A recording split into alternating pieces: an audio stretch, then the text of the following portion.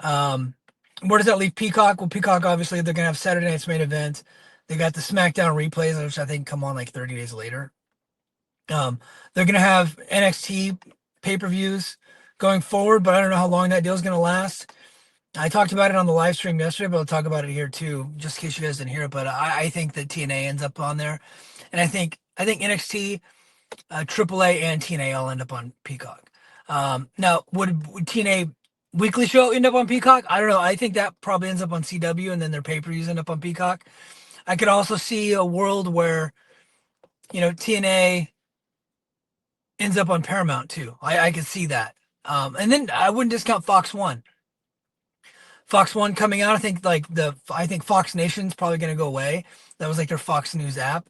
Um, I think Fox One becomes like their all-encompassing.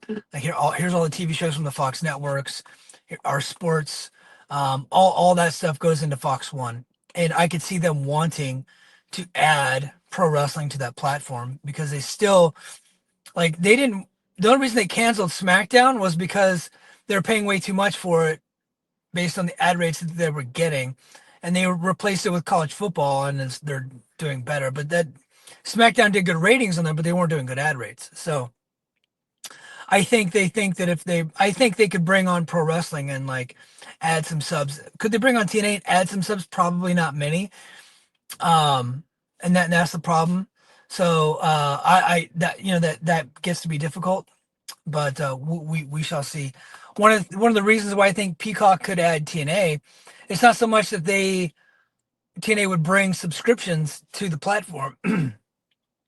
It's more that it would stop some of the bleeding from the WWE audience leaving. So that's why I think that they could go there. And then of course, with Paramount, like there's the history. I think TNA and Spike TV were synonymous together. Like the two brands were built together along with UFC, and then of course Bellator. I know WWE was on the early days of Spike, so um, the new ownership, it looks like they're willing to spend some money and spend it foolishly, and so I think that they could. Hold on, breaking news: Travis Kelsey and Taylor Swift announced their engagement. Who gives a fuck? Um, but yeah, so I could see all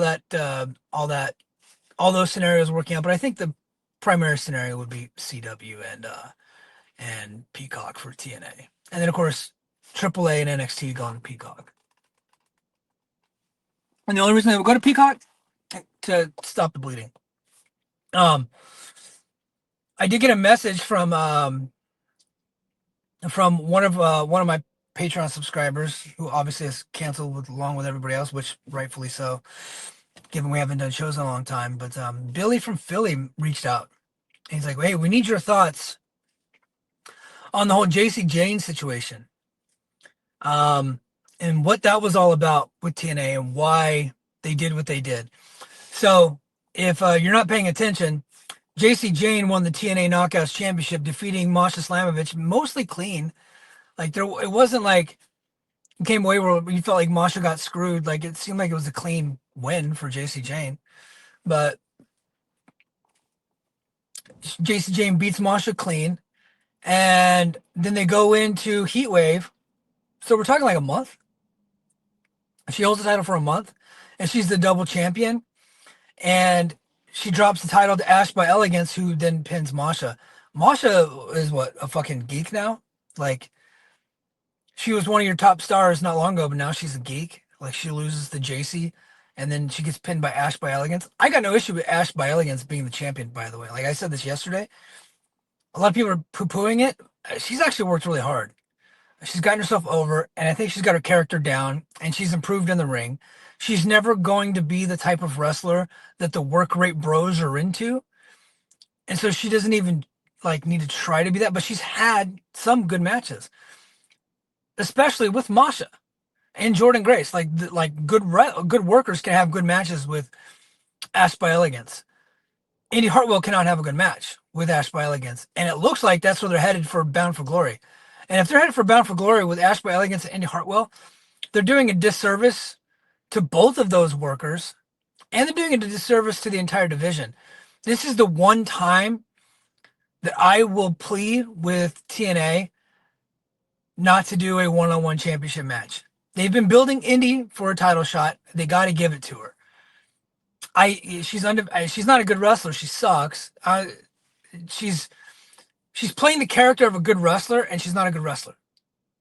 She's not. She's got an undefeated streak, but that's not what she is. What got her over in NXT was her comedic timing. Now, we can have a disagreement whether or not she's funny. I don't think she's funny, but we can't disagree that she wasn't over for a period of time while she was in NXT playing that comedic character. Now she's coming in and trying to be a badass. Doesn't fucking work. She's not a badass. She's not a good worker. She's not a good wrestler.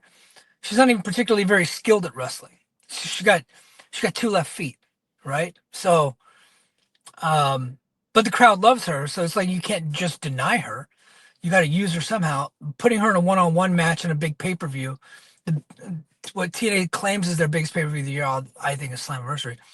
You'd be doing her a disservice. You're doing Ash a disservice. You're ruining her title reign early. That would be the multi-person Ultimate X, plunder with everybody if you want to do that style of match, like Monsters Ball, Ultimate X, Full Metal Mayhem, ladder match, something. Get a bunch of people in there, get some actual good workers in there. Like Danny Luna and Jody Threat got a little thing going on. Jody Threat's the number one contender right now. I think you add both of them to the match. You get Tessa in there somehow. And then, okay, now we got like a 5-way. And we got 3 like pretty good workers in Jody, Danny, and Tessa. You got a decent worker, Nash by Elegance.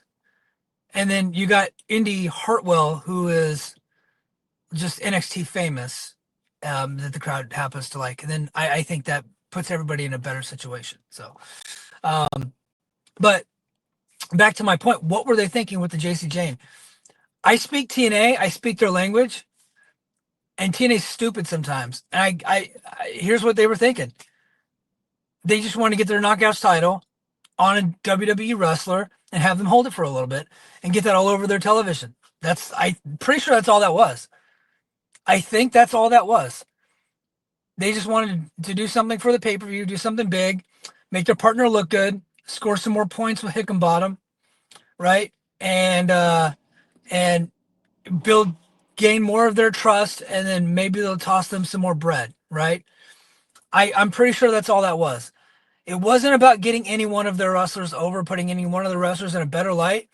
All that was just getting that Knockouts championship on television, having a feud built on television, and getting their workers on NXT TV, and having a reason. I was like, hey, look, we'll let you just we'll put your person over.